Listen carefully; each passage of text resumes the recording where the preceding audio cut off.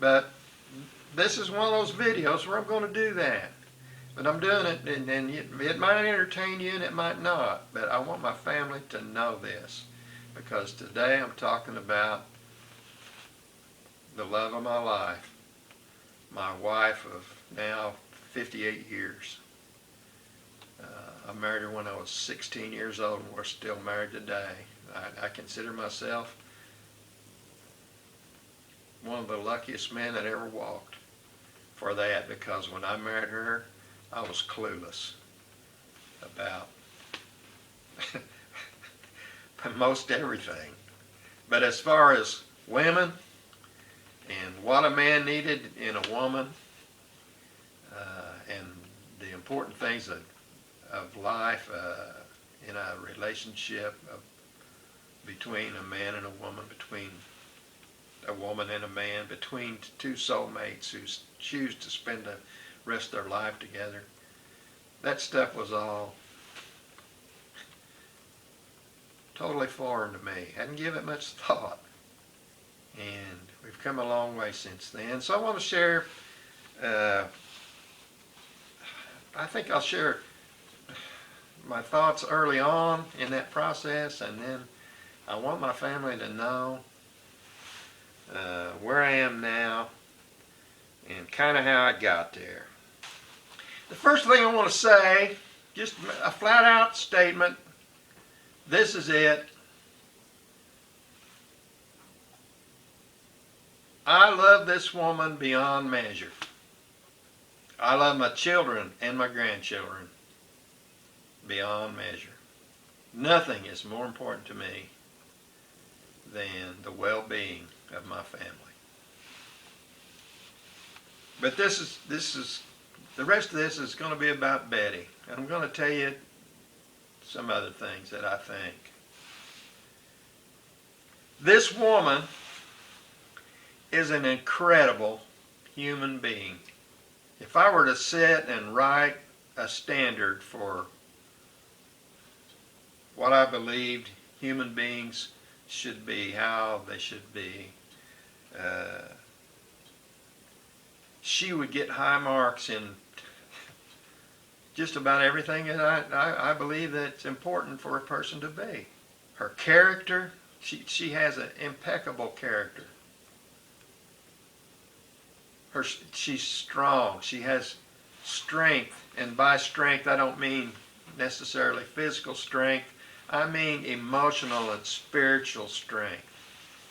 She has a capacity for love that's huge and on point and all-inclusive in her being and in her thinking. She has a sense of loyalty that's unfathomable. Her faithfulness to the things that she believes in and the people that she cares about.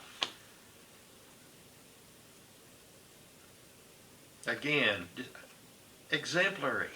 Those are the attributes that I would assign to her. Me personally, where am I? How do I feel about her? What is she to me? She has been my lover, an incredible lover. She loves me, I love her. She's my best friend, and has been for a very long time. She's my number one counselor. Anytime I'm pondering a decision or mulling over a thought about where I should be or how I should feel or what I should do about a situation, I'm interested in her counsel. How does she feel about it? She's my number one encourager. Anytime I undertake anything, even if I don't even realize that I'm undertaking something, she's paying attention to me and what I'm doing, and she's encouraging me in whatever it is, wherever I'm at emotionally or whatever the situation is, her goal is to be my encourager, my supporter, behind me, interested in me and my goals and what I'm trying to achieve and what I'm trying to attain. And you say, look, that's incredible, and it is. And this next statement I'm going to make is it's going to really seem incredible to you. She was these things, I almost said immediately, but immediately is not accurate, but way ahead of where I achieved anything like this. She was these things for me and to everyone else that she's encountered and loved, all the things that I've said about her. She arrived at those as a young woman. Some of it right off the bat. She was already there when I met her on some of these things. And me, no. I think I mentioned that we were married when we were 16. I probably met her when I was 14, maybe 13, I'm not sure. But I wasn't any of this. I was immature. Immature and selfish are probably the two adjectives that best would have described me at that time. I was interested in myself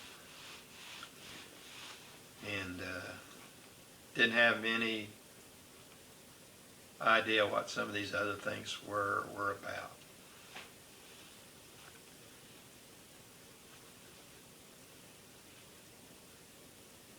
I can't even tell you when the first time I saw her would have been.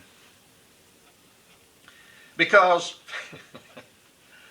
I'll tell you a little story. I'm pretty sure that the first time I saw her, I didn't even notice her. Because I was a teenage boy when I first saw her, standing on the corner by the high school and the junior high school. I'm not sure if I was in high school or maybe junior high school. Probably junior high school. I think I was maybe 8th grader. That would have made her a 7th grader. But she had a sister, and her sister was a year ahead of me. She was only about 4 months older than me, but I don't know, somehow she went to school a year ahead of me. So she was, if I was in the 8th grade, she was a freshman in high school. And Betty was only a year younger than her. They were born the same month, year apart. Just a year and a few days. But Betty was 2 years behind her in school. And so she was a year behind me. And when you're a 13, 14-year-old boy, somebody that's ahead of you in school when you're that age and you're a boy, they seem a lot older than you. And especially when you're a 13 or 14-year-old boy and she's a good-looking girl. I mean, they're almost like grown women. There's something distant and mystique and unattainable and unapproachable about them. And Betty had a sister, her name was Barbara, and she was like that. And she had something that, at least in my day, most teenage boys were interested in. She had a shirt full. She reminds you of a 57 Cadillac, you know them big bullets that they got in the grill? She had a shirt full of that. All the boys, when they saw her coming down the sidewalk, they stopped and took a look at her. And she walked to school. And they lived out, I don't know, 8-10 blocks from the school on Norton Lane. And their path to walk to school took them past some other friends of mine's house that were happened to be boys. And one of those boys, he walked to school with her. His name was Odie. And everybody was interested in watching when Odie and Barbara Cogan come walking up to school. They'd see them coming from down there on O Street somewhere and watch them all the way up through there. The boys would. I don't know whether Odie and Barbara was ever boyfriend or girlfriend. I don't know that. They might have just been because they both lived on Norton Lane. Barbara had to go by his house, and he was a wannabe boyfriend, maybe. I don't know. I don't know what that situation was. But they walked to school together. Everybody paid attention to Barbara. And in behind Odie and Barbara was the person that when I first did notice her, I noticed her as Barbara Cogan's little sister. And I can't tell you for sure when that was or what it was. And I think maybe the first day I really noticed that she was even back there. They started across the street and she stubbed her toe as she stepped off the curb or tripped or something, and she fell. She didn't fall down, but she fell all the way across the street. You were sure she was going to fall down, but she didn't. And she finally regained her balance and got straight and didn't fall down, didn't skin up her knee, nothing happened. And some of my friends, I don't think we even knew her name, but we gave her a nickname right then. We called her Grace. Barbara Cogan's little sister, Grace, who could fall down for 20 feet and never hit the ground. I think the first time I ever talked to her, I think I do remember the first time I ever talked to her. I can't tell you when it was for sure, how old it was. I wasn't old enough to have my driver's license because there was a place in Bedford called Leonard's Drive-In, and it was one of the main hangouts for teenagers in Bedford. They'd go there and sit and drink cherry cokes and eat french fries and talk to one another. The older ones that had their driver's license, they'd drive around the place in a circle, go off to some other places on the loop, but that was the main place. That was the main place to be. It was like whatever the name of that restaurant was in Happy Days, or whatever the name of that restaurant was in American Graffiti. You can see that scene, and that was a scene that was typical of the 1950s and 60s in lots of little communities. And it was at Leonard's Drive-In where I first, I don't say got the nerve or had the happenstance to sit down and talk to Betty. She was sitting there in a booth with her cousin, first cousin named Judy. And those two girls were sitting there. I walked in there and I saw them, and I don't know what happened next or how it happened, but I ended up sitting down there and talking to them. First time I remember ever meeting Betty, find out her name was Betty, having a conversation with her. And the thing that I always think about from that time was her voice. She had a low, raspy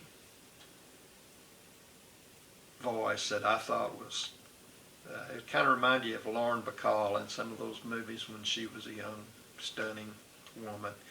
Betty had a voice like that, and I thought that was the sexiest voice I ever heard from a woman.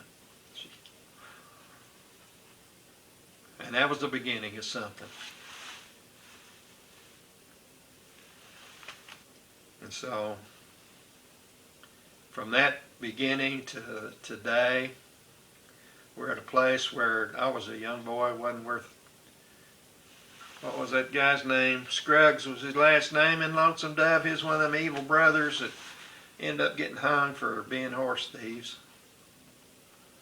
And he was sitting on a horse there talking to maybe one of his brothers, and he said, "You ain't worth a red piss." And I think of that sometimes when I think of the young man that I was and the young lady that Betty was and what I brought to the relationship. I wasn't worth a red piss.